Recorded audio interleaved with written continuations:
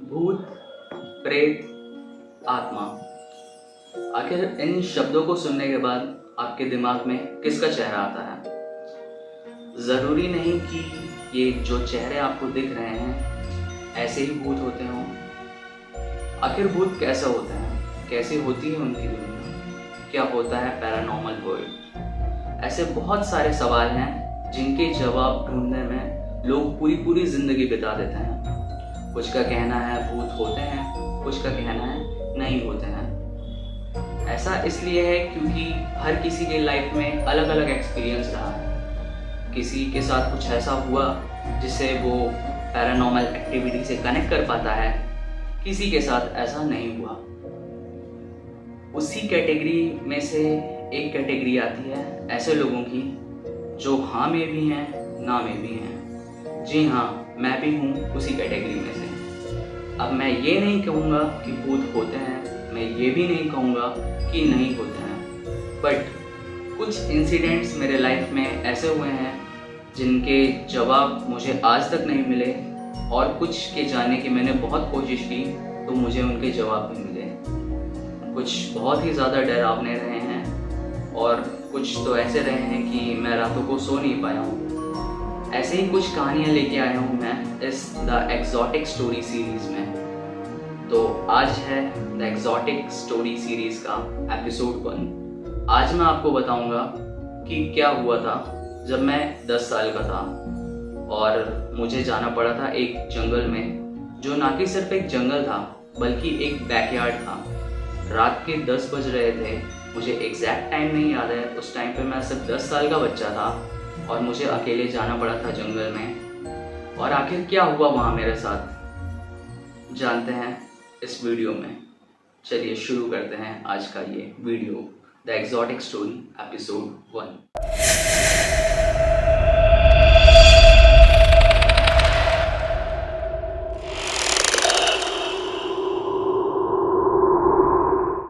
नमस्कार, मेरा नाम है ऋषभ। मुझे हमेशा से ही ऑर्डिनरी से हटके एक्स्ट्रा ऑर्डिनरी रहना पसंद था। मेरे बहुत सारे अलग अलग शौक थे, पर उसमें से एक अजीब शौक था। वो अजीब शौक था एक पैरानॉर्मल इन्वेस्टिगेटर बनने का। आखिर क्या हुआ मेरे साथ, वो कौन सा ऐसा हादसा है जिसने मुझे एक पैरानॉर्मल इन्वेस्टिगेटर बनने के लिए उकसाया। तो आइए जानते हैं वो कहानी, आखिर क्या हुआ था मेरे साथ। तो इस कहानी को जानने के लिए हमें जाना पड़ेगा आज से 10 साल पीछे, 22 जनवरी 2013। ये वो दिन है जिस दिन मेरा 10वां जन्मदिन था। मेरे 10वें जन्मदिन पे मुझे गिफ्ट में एक साइकिल मिली थी। क्योंकि मैं एक मिडिल क्लास फैमिली से बिलोंग करता था, और एक मिडिल क्लास फैमिली के बच्चे को अगर कोई साइकिल मिलती है तो उसके लिए वो बहुत ही बड़ी बात होती थी। तो शाम का समय था और उस टाइम पे वो साइकिल आई और मैं बहुत ही ज़्यादा खुश था। अब मुझसे रहा नहीं गया, अंधेरा होने वाला था, बट न्यू साइकिल थी तो मुझे बहुत ज़्यादा ही खुशी थी उस साइकिल को चलाने के लिए। मैं बहुत ही ज़्यादा एक्साइटेड था। मैंने पापा से एक गैराज की चाबी लिया, साइकिल को निकाला। सूरज डूबने ही वाला था, बट मुझे उसकी कोई फिक्र नहीं थी। मुझे इतनी ज़्यादा खुशी थी कि मैंने उस सब बातों पे ध्यान नहीं दिया। अपने एक दोस्त को लिया साथ में और मैं चला गया साइकिल सीखने। अब हमारे गांव में एक स्कूल है। स्कूल के पीछे थोड़ा खाली सा मैदान था और उस मैदान के जस्ट बगल में एक ग्रेवयार्ड था, यानी हमारे गांव के बड़े बुजुर्ग जिनकी भी डेथ होती थी उन्हें वहाँ पे दफनाया जाता था। तो लोग वहाँ आना जाना पसंद नहीं करते थे, अक्सर वो जगह खाली रहती थी। और क्योंकि आसपास थोड़ा जंगल का भी एरिया था तो लोगों का आना जाना वहाँ पे बहुत ही कम होता था। मुझे वो जगह सही लगी सीखने के लिए, क्योंकि लोग नहीं रहेंगे, आराम से मैं कैसे भी सीख सकता था वहाँ पे। तो मैं और मेरा दोस्त, हम दोनों जन वहाँ पे हमने 1-2 घंटे साइकिल चलाया। फिर मैं घर गया, साइकिल खड़ी किया और घर पे जाके बैठा था। 1 घंटे बाद पापा आए। उन्होंने मुझसे कहा कि गैराज की चाबी नहीं मिल रही है, कहाँ है वो चाबी। मैंने अपनी सारी पॉकेट चेक की, जहाँ पे मैं गैराज की चाबी रखता था वो जगह भी मैंने देखा, मुझे नहीं मिली। और फिर मुझे याद आया कि मैंने तो वो घर पे रखी ही नहीं थी। उस खुशी में मैंने इस बात पे ध्यान ही नहीं दिया और मैं उस चाबी को लेकर चला गया था। बट मैंने पॉकेट चेक किया, मेरे पास नहीं थी वो चाबी। और फिर मुझे लगा पता ये कि मैंने वो चाबी वहीं पे कहीं घुमा दी है। अब रात के 10 बज रहे थे और मुझे वो चाबी ढूंढनी थी। अब पापा ने मुझसे कहा कि तुम जाओ उस चाबी को ढूंढ के लाओ। मैंने उनसे कहा कि पापा जिस जगह मैं गया था उस जगह इस टाइम कैसे जाऊं, वहाँ बगल में ग्रेवयार्ड है और उसके बाद वो जंगल का एरिया है। कह रहे हैं मुझे नहीं पता, तुम कैसे भी करके वो चाबी लेकर आओ। अब मैं डर रहा हूँ क्योंकि मैं सिर्फ 10 साल का बच्चा था और मेरे लिए वो बहुत ही डरावना था कि मैं अकेले जाऊँ और वहाँ से लेकर आऊँ। और मैं इतना डरपोक बच्चा था कि अगर कभी भी कोई भी शो आता था हॉन्टेड तो मैं जाता ही नहीं था उस टीवी के सामने, उसकी आवाज़ सुन के ही वहाँ से दूर रहता था। क्योंकि बचपन से दादा दादी नाना नानी लोगों से मैंने भूतों की कहानियाँ सुनी थी और 1-2 शोज़ भी देखे थे, तो मेरे अंदर बहुत ही डर था। मैं इतना डरपोक बच्चा था कि मैं रात को उठता भी नहीं था क्योंकि आसपास अंधेरा होता था। बट वो टाइम ऐसा था कि पापा ने मुझे एकदम फोर्सफुली कहा कि तुम जाओ और लेकर आओ।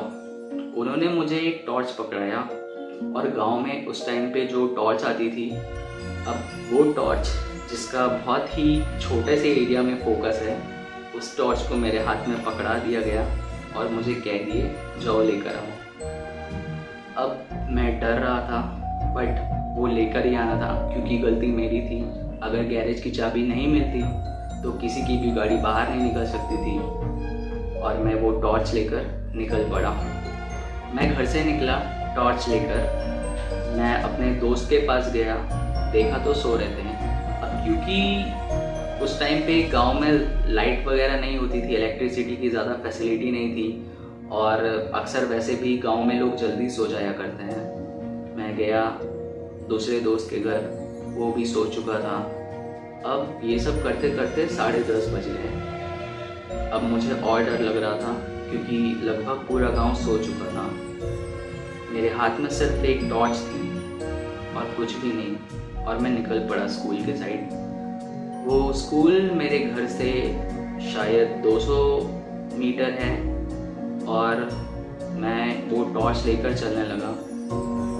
अब क्योंकि मैं डरपोक था और वैसे भी ऐसे टाइम पे किसी को भी डर लगेगा और जबकि मैं छोटा बच्चा था तो मुझे बहुत ही ज़्यादा डर लग रहा था। मैं सिर्फ सामने देख रहा था, मेरी इतनी भी हिम्मत नहीं थी कि मैं मुड़ के अपने पीछे देखूं।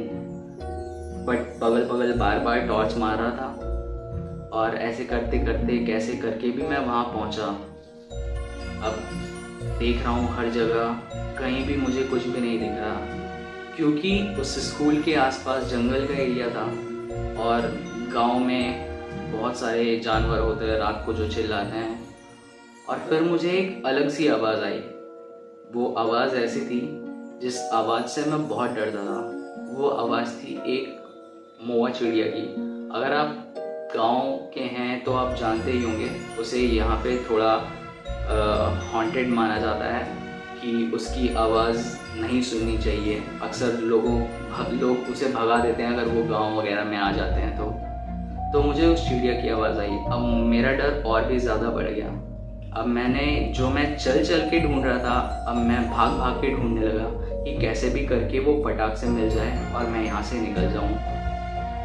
मुझे 10 मिनट लग गए, चाबी नहीं दिख रही है। मैंने हर चमकती चीज़ को उठाया, देखा, बट मुझे नहीं मिली। पर कैसे भी करके मुझे वो लेके जाना था। अब बहुत सारी आवाज़ें आ रहे हैं, हर तरफ सन्नाटा भी है, कोई भी इंसान नहीं, कोई और लाइट नहीं। और आखिरकार मुझे वो चाबी दिखी। मैं उसे उठाया और मैंने देखा वो वही चाबी थी। मुझे खुशी भी हुई और डर भी लगा। अब जब मेरा काम ख़त्म हो गया था, अब मेरा डर और भी ज़्यादा ये बढ़ गया कि अब मुझे बस यहाँ से कैसे भी करके भागना है। मैं भागना जस्ट स्टार्ट ही किया था तभी मुझे पीछे से आवाज़ आती है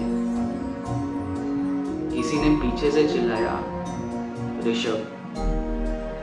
मैं बहुत ही ज़्यादा डर गया क्योंकि आसपास कोई भी नहीं दिख रहा था। मैंने धीरे से टॉर्च उठाया और उस तरफ टॉर्च मारा, और आपको पता है वहाँ क्या था? वहाँ मेरे फादर खड़े थे। मेरे पापा वहाँ खड़े होके देख रहे थे। उन्होंने मुझे उस जगह भेजा ये बोल के कि तुम अकेले जाओ, और मेरे हिसाब से मैं उस जगह अकेले गया था, बट वो हमेशा वहाँ पर थे। वो पीछे पीछे साथ में थे, पर उन्होंने मुझे ये नहीं पता चलने दिया कि मैं उनके साथ हूँ। और फिर मैं बहुत ही खुश हुआ क्योंकि बच्चा था, और पापा को देखा खुशी हुई ऐसी जगह पे जहाँ कोई भी नहीं था और मैं डरा हुआ था। मैं फटाक से उनके पास गया और फिर उन्होंने कहा, चाबी मिल गई? मैंने बोला, हाँ मिल गई। मैंने बहुत ढूंढा। कह रहे, हाँ वो मैं देख रहा था। मैं बोला, आप इतने देर से मेरे साथ थे तो आपने कुछ बोला क्यों नहीं, या साथ में आए होते? कह रहे, मैंने तुम्हें यहाँ पे किसी वजह से भेजा था। मैंने बोला कि क्या? कह रहे हैं, पहले ये बताओ तुम्हें यहाँ डर लग रहा था? मैं बोला, हाँ। उन्होंने पूछा, किस चीज़ से डर लग रहा था? मैंने कहा, इतना अंधेरा है, अंधेरे में भूत आते हैं, सियार आते हैं, चैकाल जिन्हें कहते हैं। क्योंकि ये सारी कहानियाँ मुझे लोगों ने सुनाई थी। बचपन से ही मेरे अंदर इस चीज़ का डर बैठ गया था कि अंधेरे में ऐसा कुछ होता है। फिर उन्होंने मुझसे पूछा, क्या तुम्हें भूत मिला? मैंने कहा, नहीं। उन्होंने कहा, कोई चुड़ैल मिली? मैंने कहा, नहीं। कहे, फिर उन्होंने कहा कि फिर किस बात का तुम्हें डर था? मैं बोला, इसी का। कह रहे, मिला? मैंने कहा, नहीं। कह रहे, तो फिर डरते क्यों हो? और उस दिन उन्होंने मुझे समझाया कि ये सारी बातें, अगर तुम चाहोगे खुद को देखना, भूत तुम्हें दिखेगा। अगर तुम नहीं चाहोगे, तुम्हें नहीं दिखेगा। अब तुम यहाँ पर इतने देर से थे, क्या तुम्हारे साथ कुछ ऐसा हुआ? मैंने कहा, नहीं। कह रहे, तो फिर डर किस बात का है? तो ये वो मोमेंट था कि जब उसके बाद से मतलब मेरे अंदर से डर चला गया अंधेरे का। और यहाँ से मैं जब भी वहाँ से लौटा, उसके बाद नेक्स्ट डे मैंने सब दोस्तों को बताया। वो सब ने कहा कि अरे यार, तुम तो बड़े ब्रेव हो। और फिर मेरा धीरे धीरे करके इस चीज़ में इंटरेस्ट जगा कि सच में क्या होता है ऐसा, या फिर ऐसा नहीं होता है। और क्योंकि अब मेरा डर ऑलमोस्ट ख़त्म हो चुका था, नेक्स्ट डे ही टीवी पे सीरियल आता था रात को 11 बजे, फियर फाइल्स। मैंने उस दिन पहली बार वो एपिसोड देखा और उसके बाद मुझे इंटरेस्टिंग लगा। लोग अपनी अपनी अलग अलग कहानी सुनाते थे उस पर। मैं रोज़ वो शो देखता था। फिर मैंने सोचा कि अगर भूत हैं तो फिर मुझे भी वो दिखेंगे। और क्योंकि वो बात मुझे याद आई कि पापा ने कहा था, तुम अगर चाहोगे तो तुम्हें दिखेगा, तुम नहीं चाहोगे तो भूत कुछ भी नहीं। फिर मैंने सोचा कि चलिए पता लगाते हैं क्या भूत होते हैं या नहीं होते हैं। उसके बाद मैं इस सफ़र पे निकल पड़ा पता करने के लिए कि क्या भूत होते हैं या नहीं। मैंने बहुत सारे गांव के जितने भी बुज़ुर्ग लोग थे उनके पास जाके बैठना शुरू किया। रातों में मैं डिनर करने के बाद जाता था, उनके पास बैठता था, उनसे उनकी कहानियाँ सुनता था, उनके एक्सपीरियंस सुनता था। वो जिस हिसाब से बताते थे लगता तो था कि वो रियल है, बट कुछ कह नहीं सकते थे क्योंकि मैंने अपनी आंखों से नहीं देखा था। फिर मैं थोड़ा बड़ा हुआ, जब मैं 15-16 साल का हुआ, उसके बाद मैंने सोचा अब मैं खुद पता लगाऊंगा। फिर मैं ऐसी जगहों पे जाने लगा, ऐसे रातों में निकलने लगा जहाँ पे पॉसिबल हो सकता है, जहाँ के मैंने स्टोरी सुनी थी, मैं वहाँ जाने लगा, वहाँ के लोगों से बात करने लगा। और उसके बाद से शुरू हुआ मेरा ये सफ़र। द पैरानॉर्मल रियलिटी क्या है उसे पता करने के लिए, पैरानॉर्मल वर्ल्ड क्या है, और ये सब कैसे, क्या सच है कि वो इस दुनिया में आ सकते हैं या हमारे साथ ही रहते हैं इसी दुनिया में। मेरे साथ बहुत सारे इंसिडेंट हुए उसके बाद, क्योंकि अब मैं उन्हें खुद से ढूंढने निकला था। तो मेरे साथ बहुत सारी ऐसी चीज़ें हुई हैं जिनसे उस टाइम पे तो मैं बहुत ही ज़्यादा डर गया, लेकिन फिर यही सोचा कि अगर ये हैं तो कुछ तो प्रूफ होगा, और अगर नहीं है तब भी। मैं उसके बारे में पता करता था, कुछ के मुझे जवाब मिले, पर कुछ ऐसी कहानियाँ हैं, कुछ ऐसे इंसिडेंट हैं जिनका जवाब आज तक मुझे नहीं मिला है। मुझे अभी भी नहीं पता कि आखिर वो कैसे हुआ था, और वो बहुत ही ज़्यादा डरावना था। तो ये था एपिसोड 1। इसमें आपको मैंने बताया कि कैसे मेरा ये सफ़र शुरू हुआ, और अब आगे एपिसोड्स में मैं आपको वो सारी कहानियाँ बताऊंगा जो मेरे साथ हो चुकी हैं और जिनके जवाब मुझे आज तक नहीं मिले कि आखिर ऐसा कैसे हो सकता है। धन्यवाद इस वीडियो को देखने के लिए, और आगे अगर आपको और भी इंटरेस्ट है मेरी वो सारी स्टोरीज सुनने के लिए, तो चैनल को सब्सक्राइब कर दीजिए और हम आपको दिखाएंगे वो सारी स्टोरीज़।